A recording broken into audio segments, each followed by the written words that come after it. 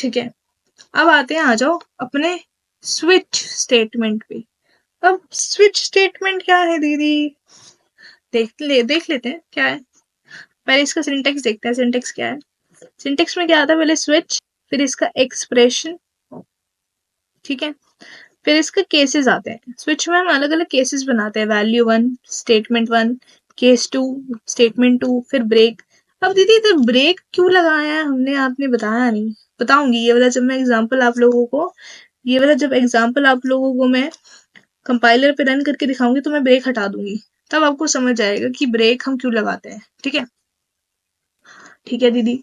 मतलब इसमें हम केसेस लगाते हैं, फिर वैल्यू डालते हैं। ठीक है, ये होता है मेरा सिंटेक्स। अब केसेस तो चलो मान लेते हैं, केसेस हमने डाल दिए, लेकिन हम एक डिफॉल्ट वाला भी केस डालते हैं। डिफॉल्ट मतलब अगर बाई चांस मेरे ये तीनों केस, n तक केस मेरे फॉल्स हैं, तो जो मेरा डिफॉल्ट वाला केस है वो मेरा चल जाएगा।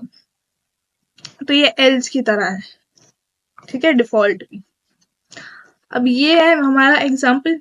ठीक है, एग्जाम्पल में क्या है, हमने सबसे पहले एक नम नाम का, येलो ले लेती हूँ, नम नाम का एक डब्बा बनाया जिसमें हमने 2 वैल्यू असाइन करी।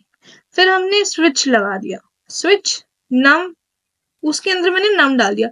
अब ये खुद सोचो, स्विच में अगर मैं नम डालूंगी तो स्विच में क्या आ जाएगा मेरा 2। ये वाला जो 2 है ये नीचे वाले केसेस से कंपेयर होगा। अगर केस 1 मतलब अगर स्विच की इधर नम की वैल्यू 1 है तो केस 1 चलेगा।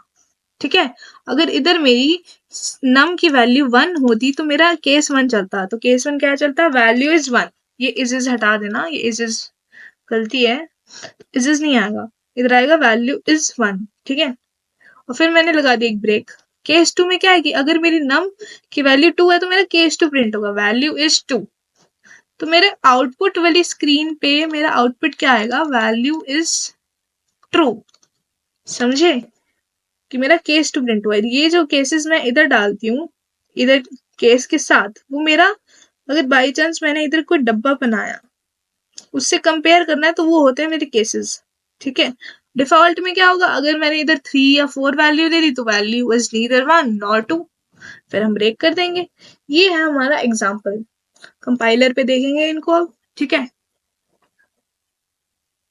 चलो आ जाओ, अब हम इसका देखते हैं फ्लो चार्ट। अब फ्लो चार्ट में क्या है, फ्लो चार्ट थोड़ा सा हेक्टिक है इसका, लेकिन देख लेते हैं। एक हमने केस स्विच नाम का, एक हमने स्विच कंडीशनल स्टेटमेंट नाम का इधर एक डब्बा बनाया, फिर हमने इधर दिया केस 1। अगर वो ट्रू है तो स्टेटमेंट एग्जीक्यूट भी कर जाए, ब्रेक भी हो जाए। अगर मेरा फॉल्स है तो केस 2 चल जाए, केस 2 चेक होगा। अगर वो ट्रू होगा तो स्टेटमेंट भी चल जाएगी और वो ब्रेक भी हो जाएगा। अगर केस 2 फॉल्स हुआ तो केस 3 चेक होगा। अगर वो मेरा ट्रू हुआ तो स्टेटमेंट चलेगी और ब्रेक हो जाएगी। अगर केस 3 भी फॉल्स हुआ तो केस जहां तक हो, एन तक हो, अगर मेरा केस एन चेक हुआ, अगर वो ट्रू हुआ तो स्टेटमेंट चल जाएगी और ब्रेक हो जाएगा। लेकिन अगर केस एन भी मेरा फॉल्स हुआ तो मेरा डिफॉल्ट वाला केस चलेगा, डिफॉल्ट वाला तो चलेगा ही चलेगा। फिर इधर ये स्टेटमेंट प्रिंट करा देगा और ब्रेक करा देगा। तो ये है हमारा स्विच का फ्लो चार्ट। फिर से बोलूंगी, 2-3 बार प्रैक्टिस करना हर एक फ्लो चार्ट की, फ्री के नंबर है इसके। ठीक है, तो आगे बढ़ते हैं। अब इसके हम डिफरेंस देख लेते हैं, switch versus if else if. ठीक है, इफ एल्स इफ। ठीक है, अब स्विच में क्या होता है, it execute the different cases on the basis of the value of the switch variable.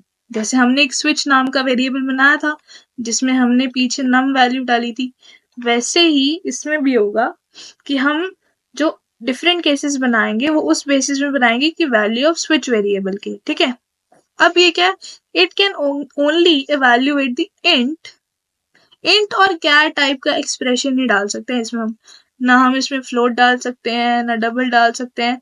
ये वाले तो हम यूज ही नहीं कर सकते।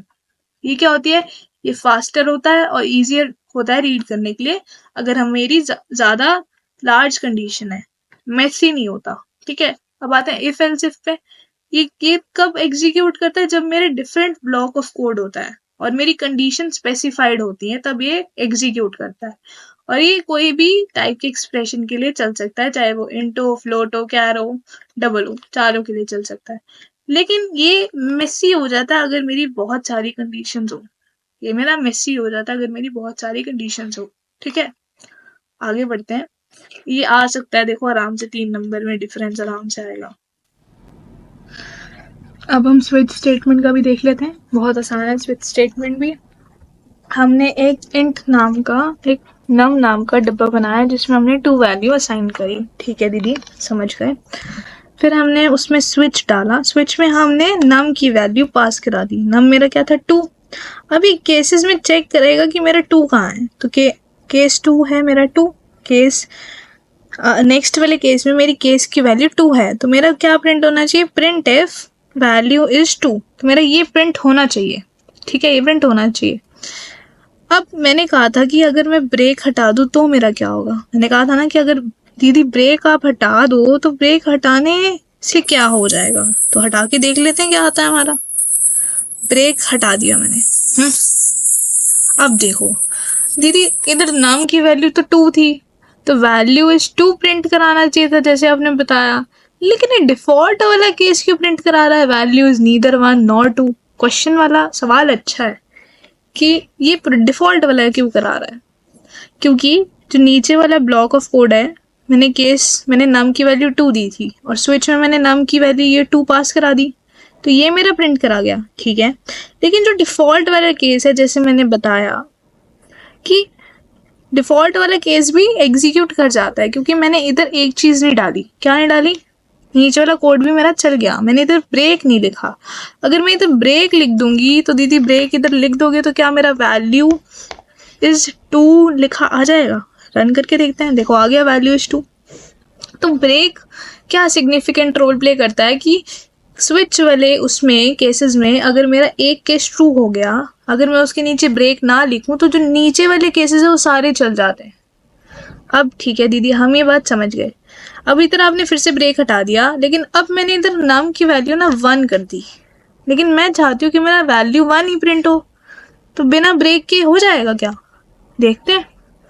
दीदी नहीं, ये तो सारा ही आ गया, value is 1, value is 2, value is neither 1 neither nor 2।